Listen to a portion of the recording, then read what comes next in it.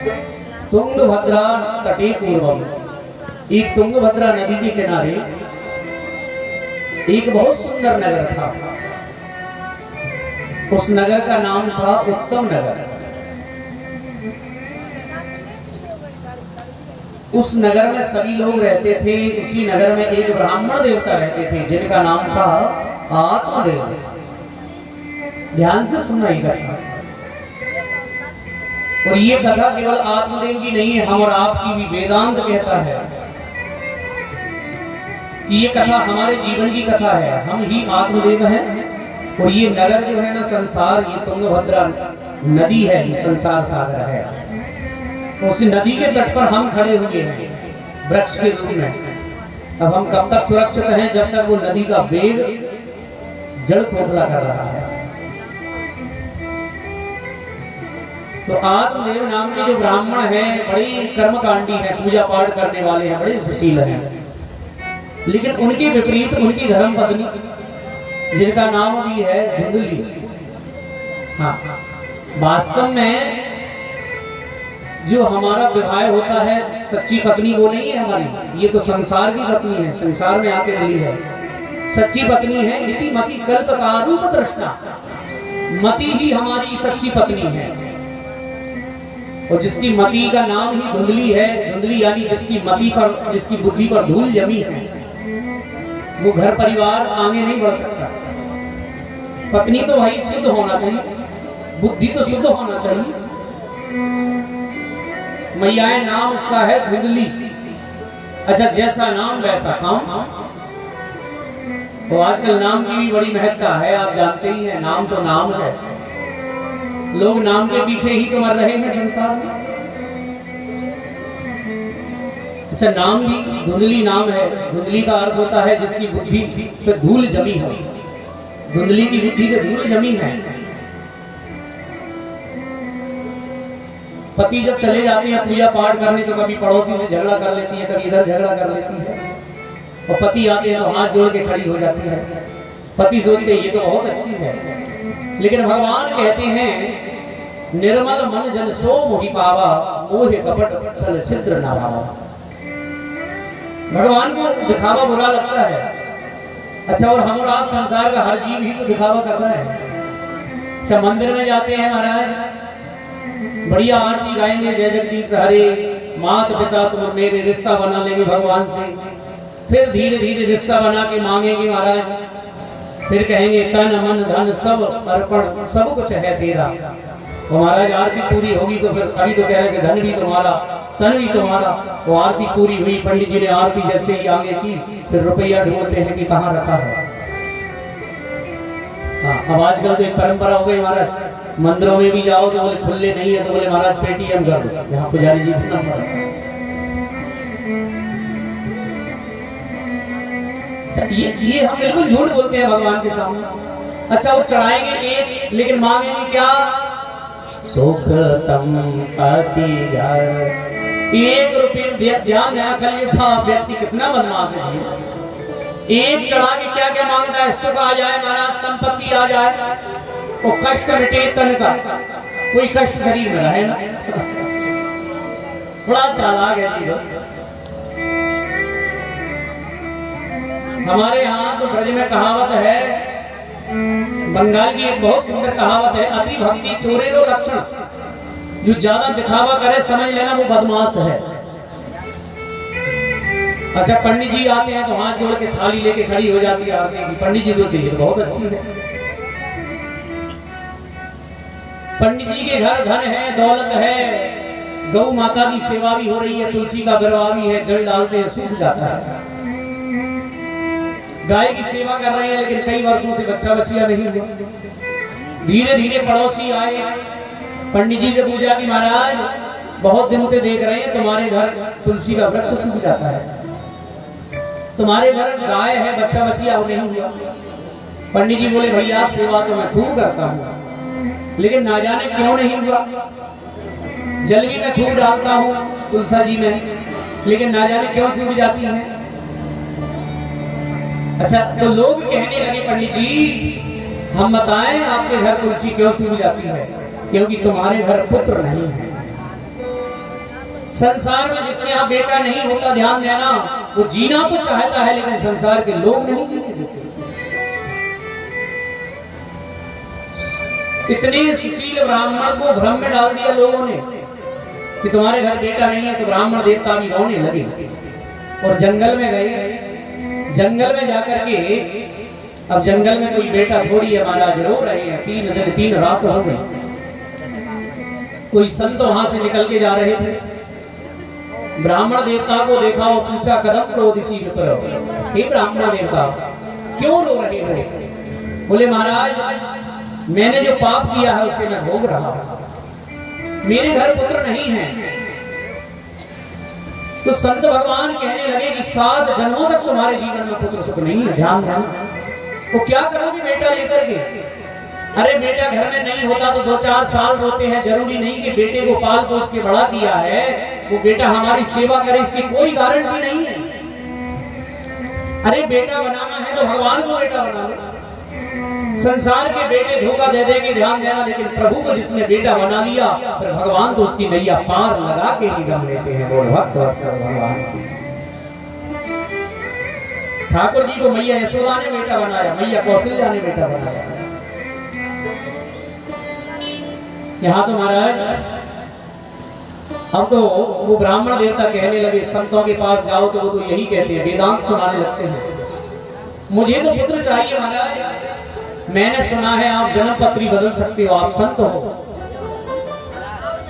और यदि आपने मुझे पुत्र प्राप्ति का वरदान नहीं दिया तो मैं सिर फोड़ करके मर जाऊंगा। अब तो पंडित जी जब सिर फोड़ने लगे तो संत ने सोचा कि हम कहां चक्कर में पड़ गए। संत को दया आई, संत हृदय नवनीत समाना, संत का हृदय तो पवित्र होता है। उन्होंने अपनी जीवन की जो तपस्या थी उसका फल प्रकट किया और ब्राह्मण देवता को दिया और कहा जाओ जा करके ये फल अपनी पत्नी को खिला देना। क्या कहा? खिला देना। लेकिन पंडित जी ने जाकर के फल देकर कहा, देवी ये फल खा लेना। नियम बताया, प्रातः 4 बजे जागना, स्नान करना, ठाकुर जी की सेवा करना, दूध पी करके रहना, भोजन नहीं करना। ऐसा नियम करोगी तो तुम्हारे घर पुत्र जरूर आएगा।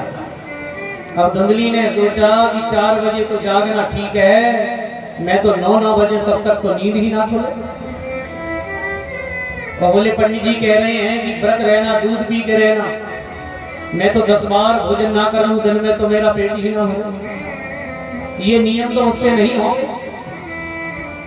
वो सोचने लगी कि अगर मैंने फल खाया और गर्भ में कहीं बेटा आ गया और गांव में लगी उसी समय आग तो सब लोग भाग जाएंगे, मैं ही मर जाऊंगी, मैं भाग नहीं पाऊंगी। बुरे बुरे विचार आने लगे, क्योंकि जैसी बुद्धि होगी वैसे ही विचार आएंगे।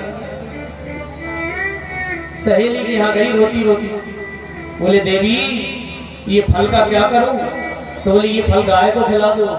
फिर पति पूछेंगे बेटा, तो बोले कपड़े बांधो पेट पर, तो झूठे कह दो कि पति होने वाला है।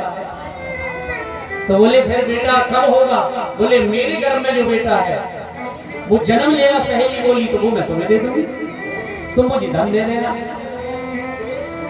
धुंधली ने कपड़े पेट पर बांधे और डल्लभ के गद्दे पर सो गई और 2-4 नौकर और लगा लिए। अब तो घूम कचौड़ी पकौड़ी खावे और सो रही है।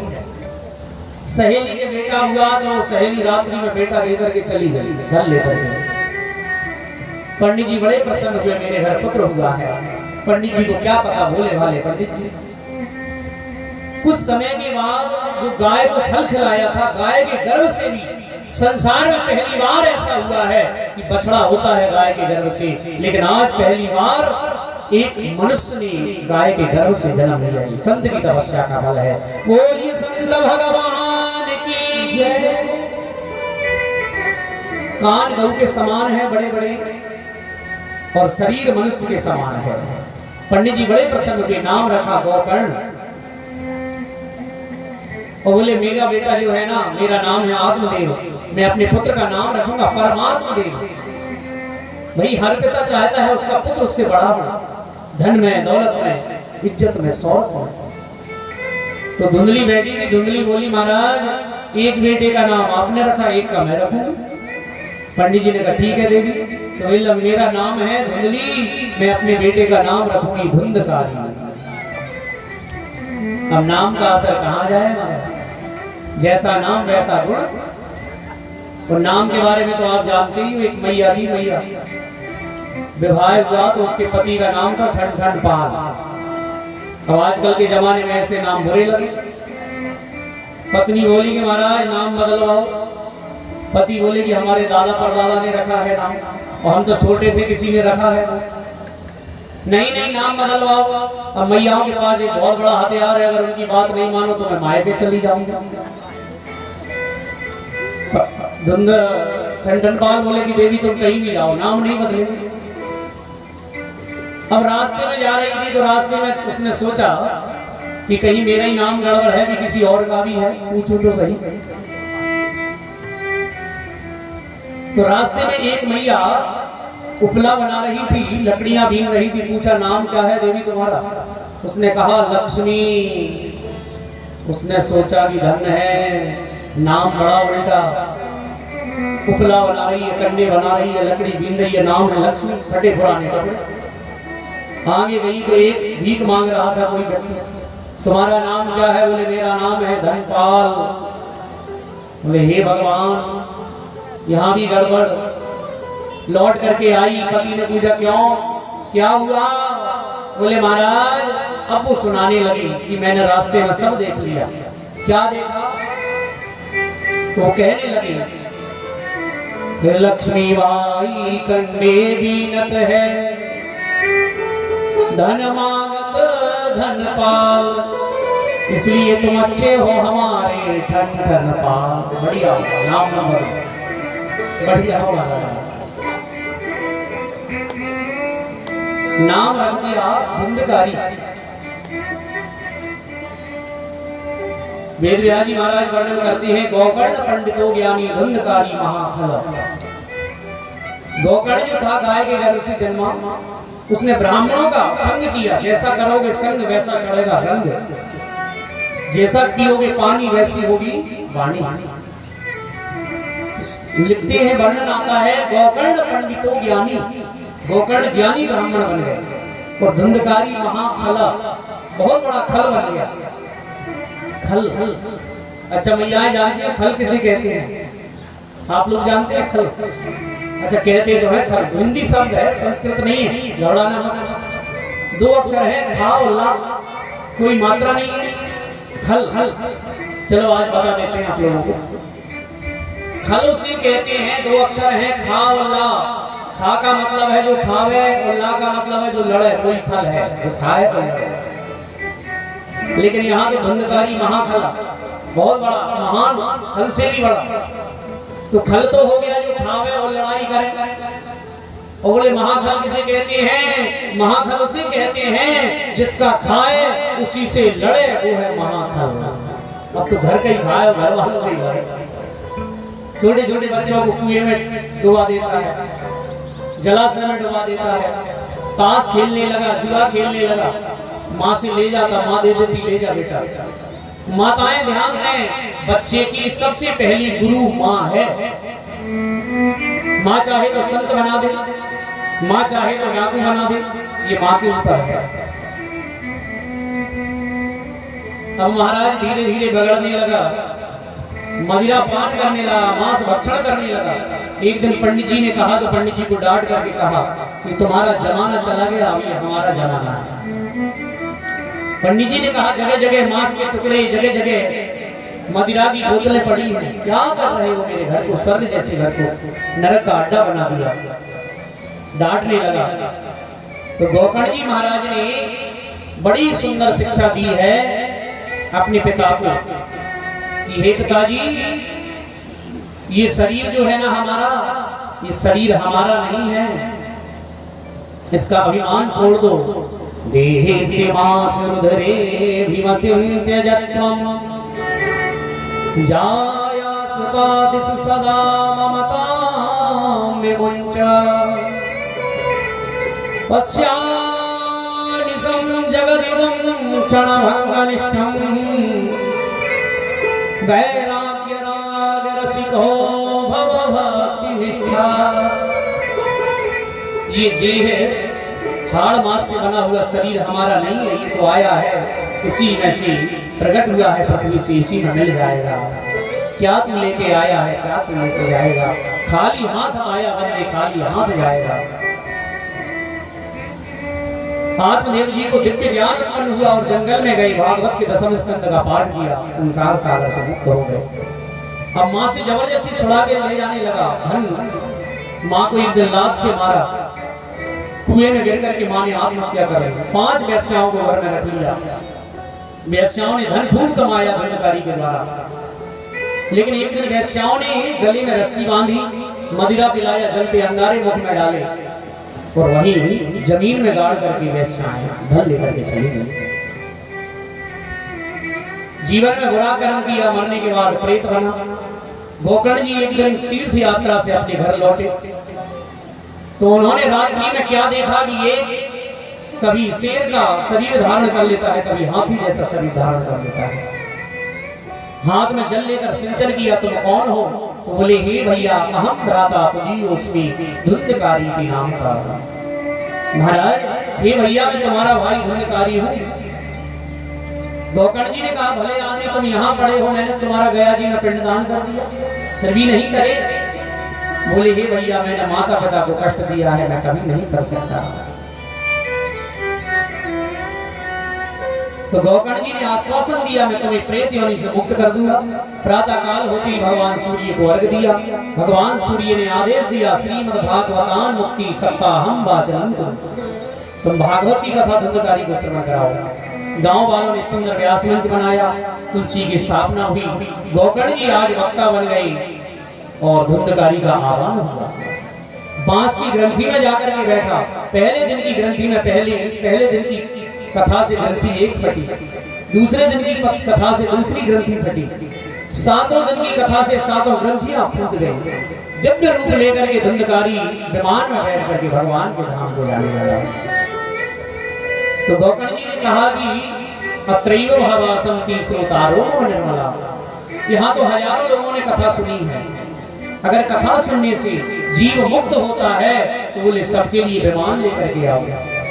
तो भगवान के पार्षदों ने कहा कि हे गोकर्ण कथा में सुनने में अंतर होता है।